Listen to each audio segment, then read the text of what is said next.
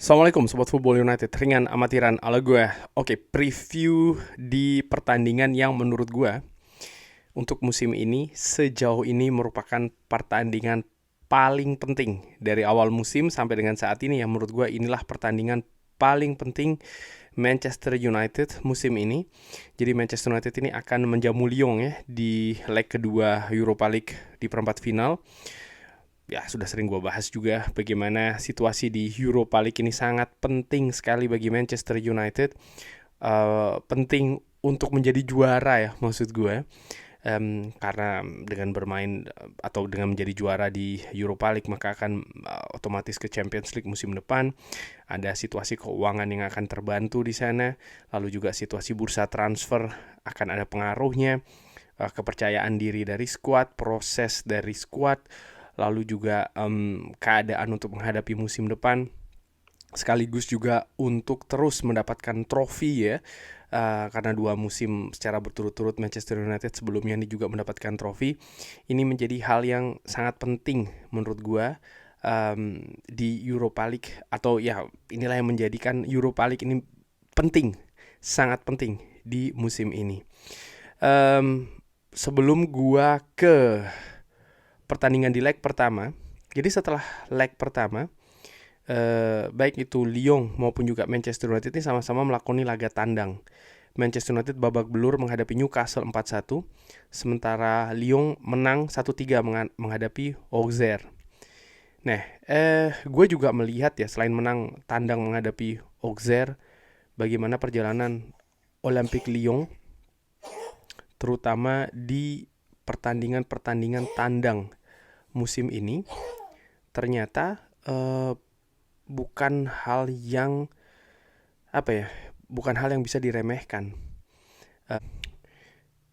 Nah, jadi kalau gue lihat rekor tandang Lyon ya, bahkan dimulai dari pertengahan bulan Januari tahun ini cukup lumayan, terutama ketika akhir-akhir atau bahkan ketika mulai dari tengah Februari. Artinya, walaupun bermain tandang, Lyon ini tidak bisa diremehkan. Head to head, Manchester United sempat bertemu dengan Lyon terakhir tahun 2023, itu merupakan di pertandingan friendly game ya. Donny van de Beek mencetak gol pada saat itu. Lalu Manchester United sempat menang 1-0 di Champions League tahun 2008. Kalau tidak salah pada saat itu Cristiano Ronaldo yang mencetak gol. Dan di tahun 2004 Manchester United sempat menang 2-1. Salah satu gol diciptakan oleh Ruud van Nistelrooy.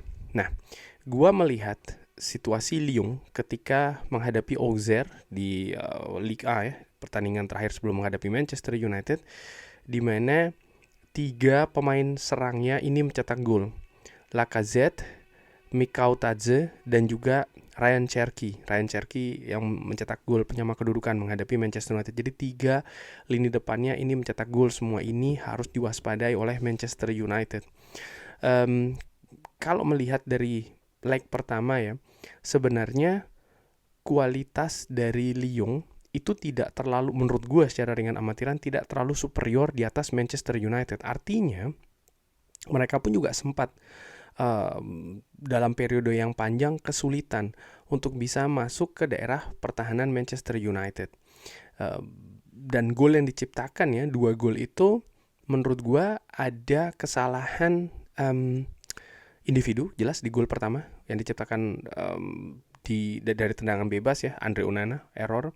Sementara di gol kedua ya ada koordinasi yang tidak bagus di sana, ditambah lagi juga teknis dari Andre Onana. Artinya secara kolektif walaupun Manchester United sempat tertekan di beberapa periode di pertandingan ketika menghadapi Lyon, tapi sekali lagi gue tidak melihat mereka ini terlalu superior banget begitu menghadapi Manchester United. Bahkan Manchester United di babak kedua mereka bisa memegang kendali, walaupun di babak pertama mereka sempat tertekan. Nah, dari situ sih ya Manchester United punya peluang menurut gue secara ringan amatiran untuk bisa menang menghadapi Lyon di laga kedua nanti. Tapi di sisi lain Lyon pun juga demikian. Manchester United bukannya terlalu superior ketika menghadapi Lyon. Dan kalau melihat keadaan Manchester United di partai terakhir menghadapi Newcastle United, di mana Newcastle United menunjukkan ya bahwa ketika Manchester United ini di-pressing secara ketat dan konsisten, lalu lini tengah itu diberikan power dan kekuatan serta kualitas yang sedikit lebih baik, Manchester United kesulitan.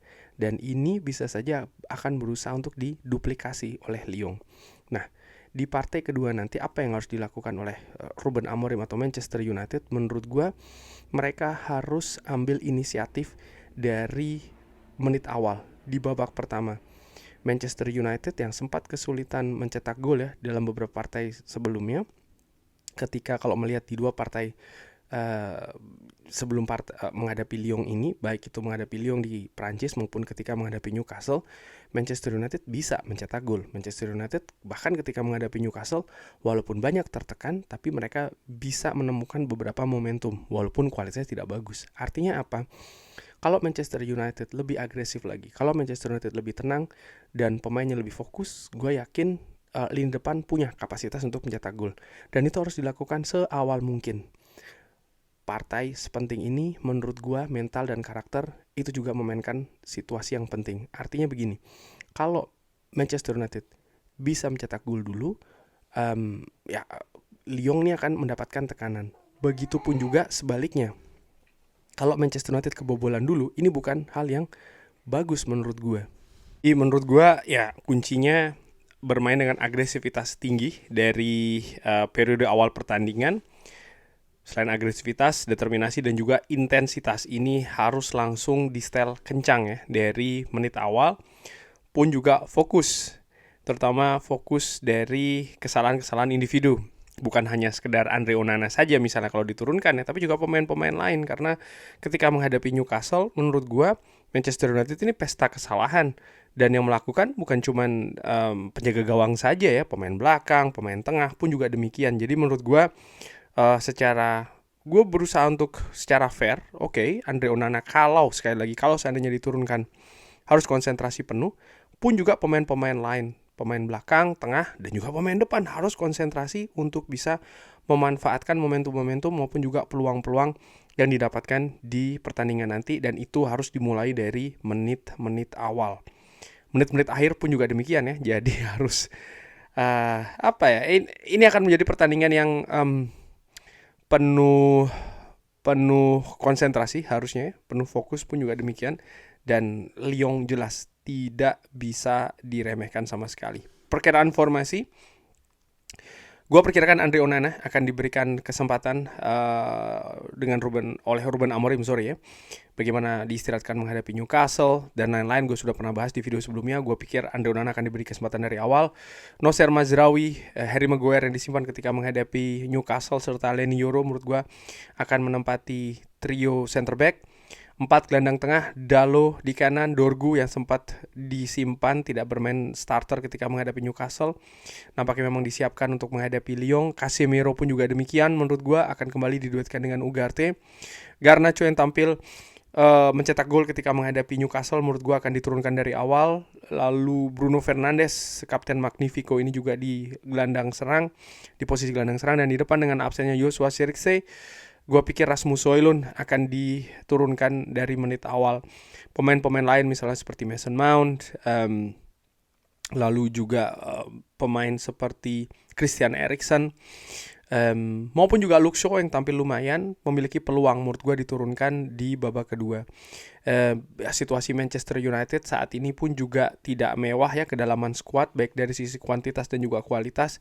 Tapi bagaimanapun juga Europa League ini menjadi satu-satunya kompetisi di mana Manchester United bisa membalikkan keadaan untuk musim depan. Bahkan persiapan musim depan ini dimulai dari Europa League musim ini. Sehingga menurut gue dengan segala macam keadaan, ini bisa jadi akan berubah menjadi tekanan dan juga beban. Tapi ya menurut gue ini merupakan situasi dengan Manchester United. Harus memang seperti ini, dan ini juga sekaligus menjadi semacam kayak penilaian ya, bukan hanya terkait dengan individu pemain, tapi juga sejauh mana nih progres dari perkembangan proses Ruben Amorim musim ini bersama dengan Manchester United. Kurang lebih seperti itu.